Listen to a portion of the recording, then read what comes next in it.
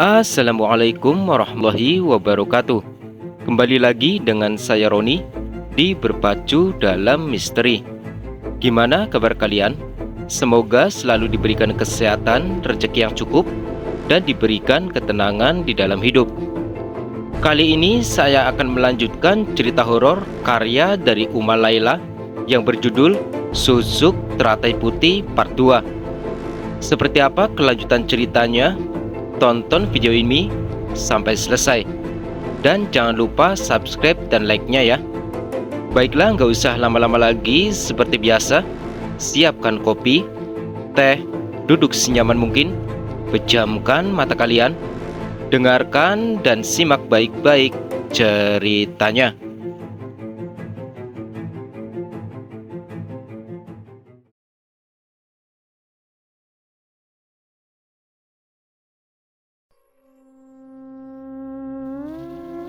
Nyai Mutik tersenyum miris sambil menggelengkan kepalanya perlahan setelah mendengar permintaan perempuan ayu yang semalam ditolongnya. Sementara itu Sumirah menunduk takut bila Nyai Mutik marah kepadanya. Apa tujuanmu sebenarnya, Cak Ayu? Sehingga kamu ingin menjadi sepertiku? Sekarang coba kamu lihat ke arahku, Cak Ayu. Nyai Mutik berkata lirih. Sumirah mengangkat wajahnya, bola matanya beradu dengan bola mata milik Nyai Mutik. Sumirah kaget karena tiba-tiba bola mata Nyai Mutik berubah seperti mata seekor ular, bukan bola mata manusia normal. Tubuh Sumirah kaku, matanya seolah terkunci dan dipaksa menatap bola mata milik Nyai Mutik.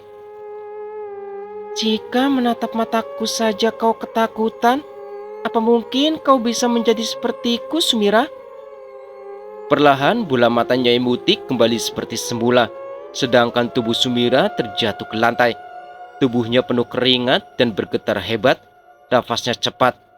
Dadanya terasa sesak, bahkan dia sampai harus bernafas menggunakan mulutnya. Perlahan Nyai Mutik mendekati tubuh Sumirah yang lemas dan memegang jemarinya yang dingin. Nyai Mutik memejamkan kedua matanya. Perlahan hawa hangat mengalir dari tangannya dan berpindah ke tubuh milik Sumirah. Sumirah mengangkat wajahnya yang sedikit pucat. Nyai Mutik tersenyum. Perlahan didudukan tubuh Sumirah di atas dipan. Kamu tahu, Cahayu, segala sesuatu yang kamu inginkan pastinya ada yang harus dikorbankan. Semakin besar hal yang kamu inginkan, pastinya yang harus dikorbankan juga sama, bahkan lebih besar lagi. Jika kau ingin mutiara, maka kamu harus menyelam ke dasar lautan. Jika kamu ingin emas, maka kamu harus menggali gunung. Apa kamu paham maksud dari perkataanku, Sumirah?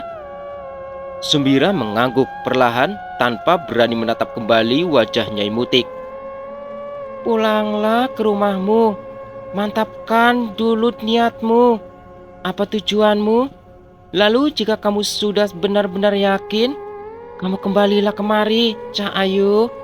Karena jika kamu sudah membuat keputusan, maka tak bisa dibatalkan lagi. Sebenarnya ada yang ingin saya tanyakan lagi, Nyai. Sumirah berkata dengan ragu. Katakan saja, Cak Ayu. Akan ku jawab pertanyaanmu. Kenapa saat itu saya tidak bisa melawan keinginan Permana, Nyai? Padahal saya sangat ingin membunuhnya. Nyai Mutik tersenyum lalu menatap tajam ke arah Sumirah. Kamu terkena guna-guna, Sumirah. Guna-guna, Nyai? Sumirah mengulang perkataan Nyai Mutik. Iya, Sumirah, kamu terkena guna-guna. Selamanya kamu tidak akan bisa lepas dari mantan suamimu itu. Setelah bercerai, kamu akan selalu menjanda. Seluruh orang yang ada di dekatmu akan meninggal. Tak akan ada yang bisa menikahimu. Walaupun si pria sangat mencintaimu, kamu tidak akan menikah dan tidak akan bisa mempunyai keturunan. Sumirah menggelengkan kepala mendengar penjelasan dari Nyai Mutik.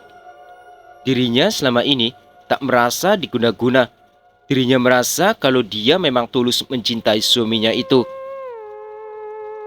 Kamu terkena guna-guna uang setunggal, Sumira. Itu dapat dibuktikan dari adanya uban yang hanya ada satu, tepat di unyang-unyang kepalamu. Uban itu tidak bisa dicabut oleh sembarang orang, kecuali si penanam guna-guna atau orang yang ilmunya lebih tinggi, Cak Ayu. Pengirim guna-guna itu tentu saja mantan suamimu. Itulah alasannya kenapa kamu tak bisa melawan semua keinginan dari dia. Tolong lepaskan pengaruh guna-guna itu, Nyai. Saya mohon. Saya ingin terlepas dari guna-guna yang dikirim oleh Permana, Nyai. Nyai Mutik menggelengkan kepala menolak permintaan dari Sumira. Saya tidak boleh ikut campur dengan apa yang terjadi padamu, Sumira. Itu sudah takdirmu. Kamu jalani semuanya dulu. Nanti ada masanya kamu akan bertemu dengan jalan bercabang yang akan mengubah takdirmu. Lebih baik sekarang kamu pulang ke rumahmu, Sumira. Saya harus pulang kemana, Nyai? Saya sudah diusir dari rumah saya sendiri. Sumira menangis bingung kemana dirinya akan pulang setelah dia diusir oleh Permana. Bukankah kamu masih ada uakmu? Cak Ayu, pulanglah ke rumah uakmu. Sumira, tak baik kau berlama-lama di sini tanpa ada perjanjian dengan Kanjeng Ratu kami. Bukan aku mengusirmu, Sumira. Akan tetapi, aroma tubuhmu sangat wangi dan menggoda para lelembut rawa ireng. Nyawamu bisa terancam jika terlalu lama berada di sini. Kamu mengerti kan maksudku, Cahayu? Ini demi kebaikanmu. Bagaimana cara saya pulang, Nyai? Sumira memahami situasinya. Lebih baik dirinya menuruti perintah Nyai Mutik daripada celaka. Dirinya juga tak mau merepotkan Nyai Mutik yang telah berbaik hati menolongnya. Mendekatlah kemari, Sumira. Sumira mendekatkan tubuhnya ke arah Nyai Mutik. Pejamkan matamu. Sumira menuruti perintah Nyai Mutik. Lalu tiba-tiba tengkuknya terasa dingin, kepalanya berat dan akhirnya Sumira pingsan. Suara desisan ular terdengar begitu jelas. Tak lama nampaklah seekor ular hitam bertanduk emas yang kemarin kembali datang menemui Nyai Mutik. Kini ia tak banyak bertanya. Ular hitam itu hanya diam menunggu perintah dari Nyai Mutik untuk dirinya. Gawa wedokan iki balik nang omah uwa eling. Ojo ngasih kemenungsan. Antar perempuan ini kembali ke rumah uaknya. Ingat, jangan sampai ketahuan oleh manusia yang lain. Sang ular kembali berubah menjadi lelaki tampan. Dia pun membopong tubuh Sumira dan perlahan menghilang bersamaan dengan datangnya kabut. Nyai Mutik menggelengkan kepalanya. Sumira sangat berbakat, tapi aku tak bisa memaksakan takdir. Jika Sumira memang berjodoh dengan Kanjeng Ratu, dia pasti akan kembali lagi ke sini. Tapi aku berharap kamu jangan pernah lagi menginjakan kakimu di rawa irang ini, Cahayu. Esok harinya, Sumira sudah berada di rumah uaknya. Dirinya terkejut karena terbangun di atas dipan. Seingatnya, dirinya berada di rawa irang dan bertamu dengan Nyai Mutik. Kamu sudah sadar, Duk? Kamu pingsan selama 2 hari 2 malam, Duk. Tadi subuh-subuh ada warga yang menemukanmu pingsan di pinggiran sungai. Seorang wanita tua agak bungkuk dengan menutup kepala menghampiri keponakannya, Sumira. Wanita itu adalah Nyai Aminah, kakak perempuan dari Rama Sumira yang sering dipanggil Uwa oleh Sumira. Sungai, Uwa. Bukannya saya ada di rawa ireng, Wak. Nyai Aminah terkejut dengan pernyataan Sumira. Astagfirullah, Sumira. Kamu harus menjauhi tempat itu. Jangan kau sebut namanya, apalagi sampai datang ke tempat itu. Kamu paham, Sumira? Sumira menganggukkan kepalanya. Tangan Nyai Aminah mengelus perlahan pucuk kepala milik Sumira. Uwa sudah mendengar semuanya, Duk.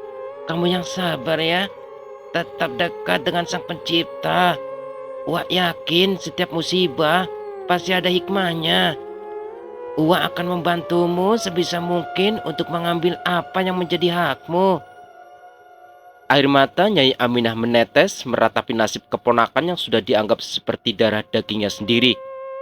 Dia tidak menyangka Permana begitu kejam.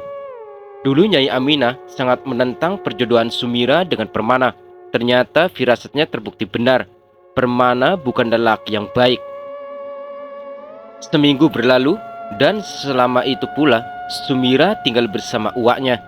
Hingga pada malam ke-8 saat Sumira dan Nyai Aminah tertidur, seseorang dengan sengaja membakar rumah Nyai Aminah. Sumira dan uaknya terjebak di dalam rumah yang tengah dilahap si jago merah.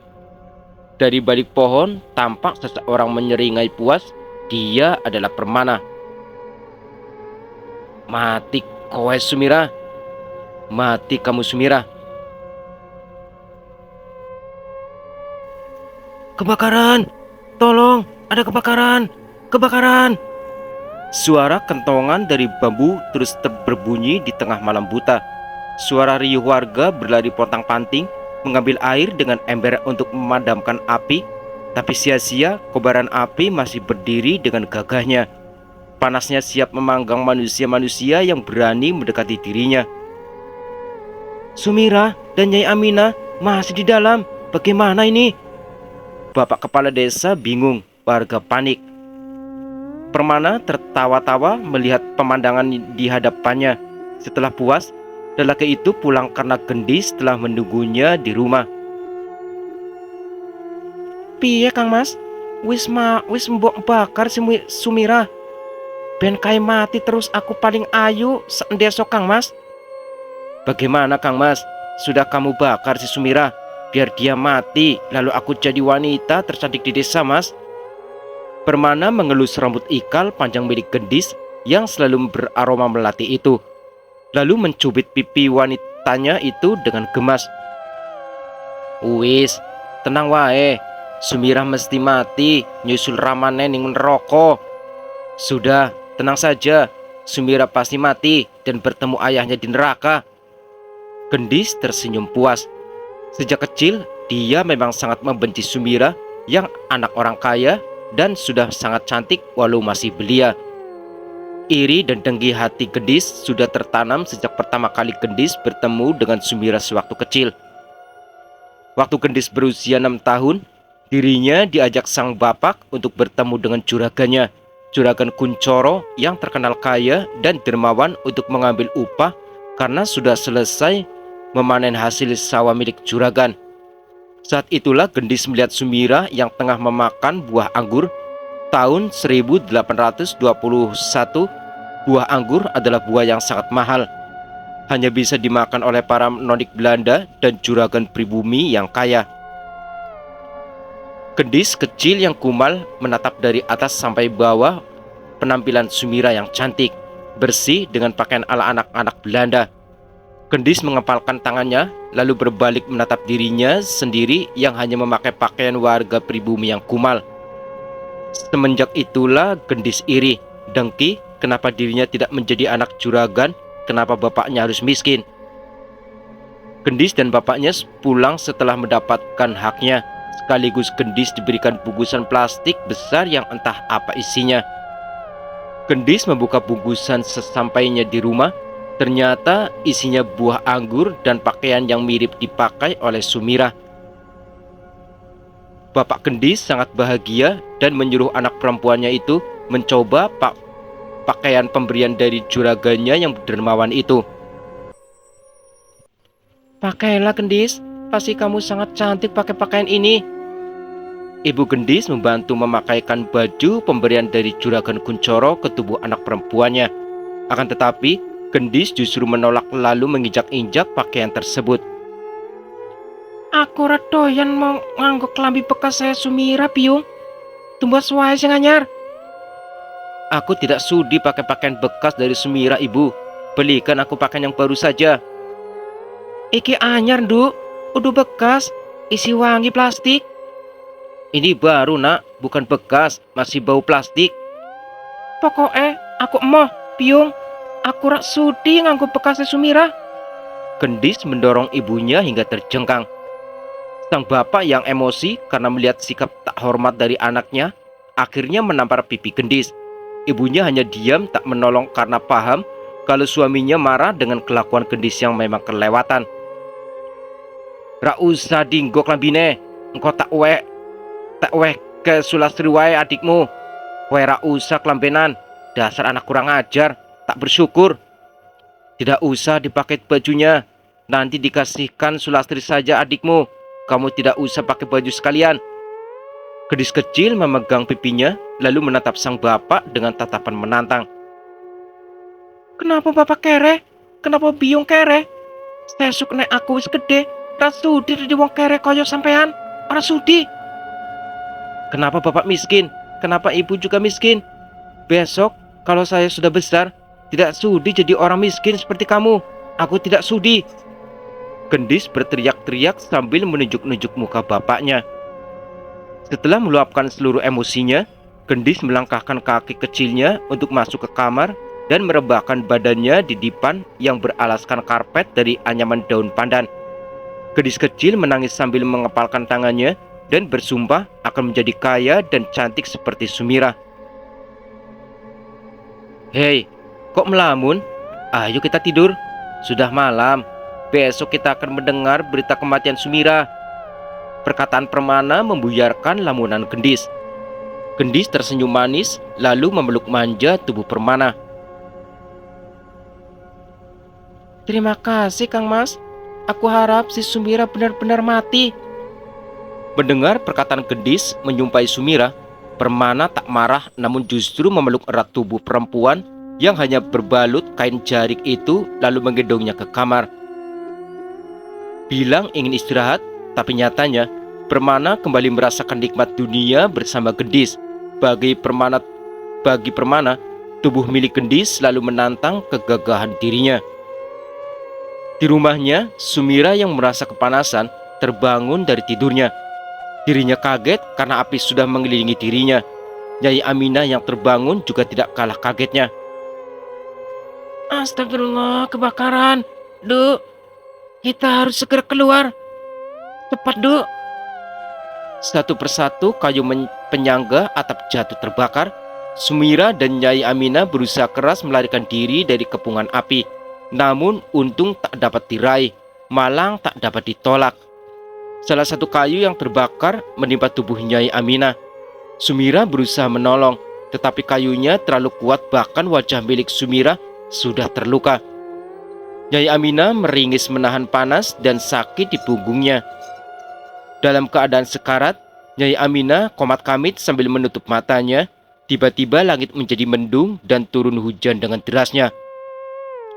Warga terkejut tapi senang secara bersamaan. Api yang membakar rumah Nyai Aminah telah padam. Warga segera menolong Sumira dan uaknya. Mendekatlah, Duk. Setelah berhasil keluar dari rumahnya, Nyai Aminah mengulurkan tangannya hendak memegang tangan Sumira, keponakan yang sudah dia anggap seperti anak kandungnya itu. Bersabarlah, Duk. Kamu jangan dendam dan jangan sampai berpaling dari Tuhan. Nyai Aminah meninggal saat itu juga setelah mengucap kata terakhirnya. Lukanya sangat parah, tubuh tuanya tak mampu menahan lagi rasa sakit. Uwa, aku kudu urip kali sopo mali, Uwa.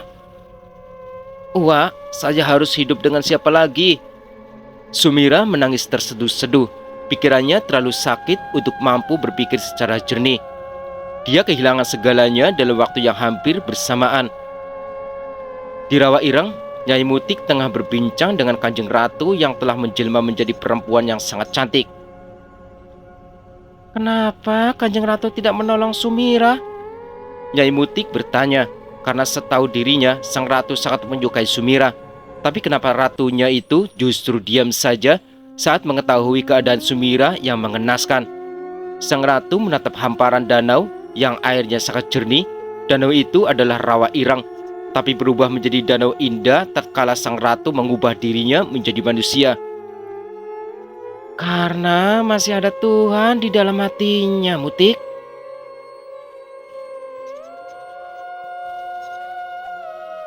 Sumira kini tinggal di gudang padi milik Nyai Aminah karena bangunan utama rusak parah. Beruntung si jago merah tak sampai melahap gudang padi yang terletak di belakang rumah uaknya tersebut. Sumira bertahan hidup dari hasil mengais sisa-sisa harta benda milik uaknya. Perut milik Sumira berbunyi, pertanda minta diisi. Sumira melahap nasi jagung yang tadi dia beli di pasar. Uang dari hasil menjual perhiasan milik Nyai Aminah yang tak sengaja dia temukan di reruntuhan rumah sudah hampir habis untuk menyambung hidupnya selama sebulan ini. Bukan niat Sumira hanya ingin menghabiskan harta uaknya. Dirinya berusaha mencari rezeki dengan cara menawarkan tangannya kepada penduduk, tapi entah kenapa semua menolak dirinya. Ada yang merasa ketakutan jika bertemu dengannya, tapi kebanyakan dari mereka menatap jijik mukanya yang rusak karena luka bakar waktu itu. Hidung mancungnya kini sedikit pesek karena banyak dagingnya yang berkoreng dan berkelupas. Mata kanannya sedikit kabur, serta hampir separuh dari mukanya terdapat bekas luka bakar. Bagi mereka yang baru mengenal Sumira, tidak akan percaya jika dia dulunya adalah wanita tercantik di desanya. Wak Sumira. Wak, Sumira kangen. Bulir air matanya mengalir di pipinya. Sumira meratapi nasibnya yang begitu hina di mata manusia. Sumira tak menyangka dirinya yang masih berusia 20 tahun harus berakhir dengan sangat mengenaskan. Sumira menghapus dengan kasar air matanya, menghabiskan segera makanannya karena dirinya akan mencuci di sungai. Sumira terseok-seok membawa tubuhnya ke arah sungai. Setiap orang yang berpapasan dengannya selalu membuang muka. Sumira hanya bisa menundukkan wajahnya yang sudah dia tutup dengan selembar kain dalam-dalam. Demit borok, minggat kowe, ojo ngumbai ning kali kene, gawe banyune mambu. Hantu koreng, pergi kamu dari sini. Jangan cuci baju di sungai ini, nanti airnya bau. Sosok gadis mendorong tubuh Sumira yang tengah membawa ember yang terbuat dari anyaman bambu dari arah belakang. Baju kotornya tumpah ke seluruhnya di atas tanah.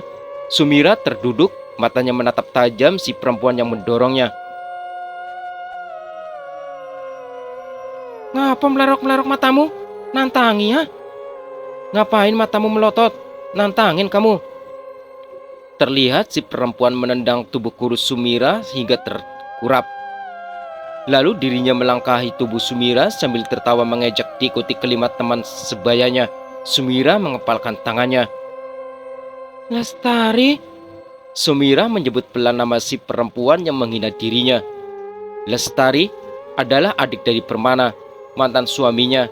Sifatnya tak jauh berbeda dengan sang kakak, angkuh, sombong, dan merasa berkuasa dengan harta yang dimiliki oleh Sumira.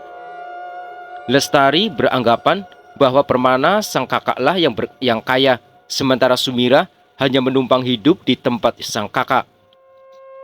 Serta yang paling membuat Lestari membenci Sumira tentu saja karena dia adalah perempuan yang sangat cantik. Itulah mengapa dirinya sangat senang tatkala mengetahui jikalau Sumira sudah menjadi si buruk rupa. Lestari bahkan yang menyebarkan fitnah jika penyakit Sumira akan menular kepada gadis-gadis yang lain sehingga Sumira dikucilkan.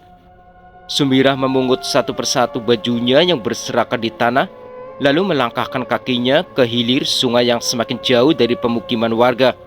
Lestari masih terus menatapnya dan tidak mengizinkan dirinya mencuci pakaian di sungai ini. Terengah-engah Sumira melangkahkan kakinya ke arah sungai demi bisa mencuci pakaian miliknya. Tiba-tiba rambut kusut Sumira ditarik paksa oleh seseorang. Di tengah rasa perih di kepalanya, mata Sumira berusaha mencari siapa pemilik tangan tersebut. Permana? Sumira mendesis saat tahu siapakah gerangan yang telah membuatnya sakit seperti itu. Apa lihat-lihat? Dasar perempuan buluk, bau, dan sundal. Tubuh Sumira terpelanting saat dengan kasar Permana melepaskan tangannya dari rambut mantan istrinya itu. Sumira tidak menanggapi ocehan Permana dan memilih untuk membuang wajahnya. Wanita itu sungguh jijik dengan lelaki yang sedang berdiri di hadapannya itu dengan angkuhnya. Woi wanita hina, cium kakiku sekarang, dengan begitu aku akan membiarkanmu hidup. Selesai berkata Permana dengan angkuhnya meludahi kepala Sumira yang ada di bawahnya itu. Keparat, tak puaskah kamu melakukan itu kepadaku? Tak puaskah kamu mengusirku dari rumah bapakku dan sekarang kamu menghinaku seperti ini? Kamu benar-benar manusia tak punya hati. Sumira meluapkan emosinya sambil menahan air mata yang hampir tumpah itu. Setidaknya, Sumira tidak ingin terlihat lemah dan mengemis di hadapan lelaki yang telah membuat hidupnya hancur tersebut. Permana mengangkat tangan kanannya dan tak menunggu waktu lama ada 10 lelaki mengelilingi Sumira yang terduduk di atas tanah. Lakukan seperti yang aku perintahkan tadi. Permana memberikan instruksi kepada anak buahnya. Sumira melawan saat bajunya dirobek paksa oleh anak buah Permana. Brengsek kamu, Permana. Apa yang kau lakukan padaku, ha? Tak puaskah kamu menyiksaku, Permana? Sumira berteriak. Permana mengangkat sebelah tangannya. Para anak buahnya menghentikan aksi mereka. Dia mendekati Sumira yang berusaha menutupi kembali tubuhnya yang sebagian telah terbuka. Sumira menjerit kesakitan dengan tangan memegangi rambutnya yang ditarik oleh Permana. Permana melotot tepat di mata Sumira sambil tersenyum mengejek. Kamu harus mati, Sumira. Gendis tak suka jika kamu tetap hidup. Aku ingin Gendis bahagia. Jadi kamu harus mati. Dengan syarat, aku akan membuat kamu mati perlahan. Permana tertawa puas melihat wajah Sumira. Sumira kembali menjerit saat Permana menempeleng kepalanya. Permana menganggukkan kepalanya pertanda agar mereka kembali menyiksa Sumira. Sumira dijamah secara bergantian oleh 10 anak buah Permana, sementara Permana tertawa terbahak-bahak menyaksikan Sumira tersiksa. Tubuh Sumira lebam karena berkali-kali ditendang dan dipukul, bahkan anjing pun lebih mereka hargai daripada Sumira. Wajah Sumira penuh luka, hidungnya mengalirkan darah, pakaiannya terlepas seluruhnya, kehormatannya dirampas dengan cara yang sangat hina. Permana! Suara serak Sumira masih terdengar. Permana mengarahkan pandangannya ke salah satu anak buahnya. Detik kemudian, kepala Sumira dihantam batu, darahnya mengalir. Tubuh Sumira ambruk begitu saja di atas tanah. Kok batunya kecil, Jo? Kurang besar. Buat supaya kepala Sumira hancur. Permana melotot ke arah Paijo karena memukul kepala Sumira hanya dengan batu sebesar genggaman tangannya. Batunya berat, juragan. Lagi pula Sumira juga sudah mati. Kasihan kalau mayatnya hancur. Nanti kualat loh, juragan.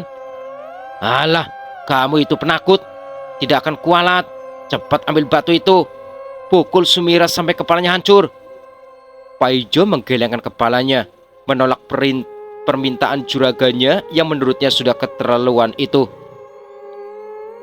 Karena perintahnya tak dituruti oleh Paijo dan anak buahnya yang lain, Permana akhirnya bangkit dari duduknya, lalu mengangkat batu sebesar kepala manusia dewasa.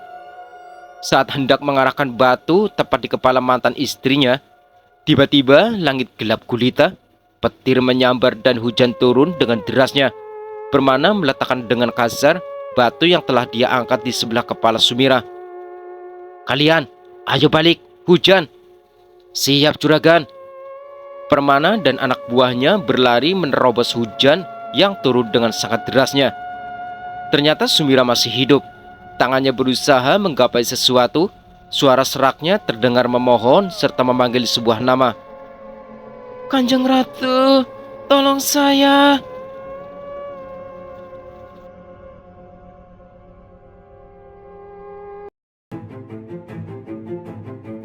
Oke teman-teman, ceritanya bersambung dulu ya. Kita lanjutkan cerita ini di part selanjutnya.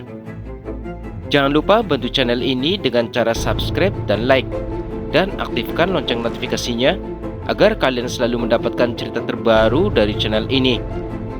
Terima kasih sudah mendengarkan dan menyimak videonya. Selamat malam, selamat beristirahat. Saya Roni undur diri. Wassalamualaikum warahmatullahi wabarakatuh.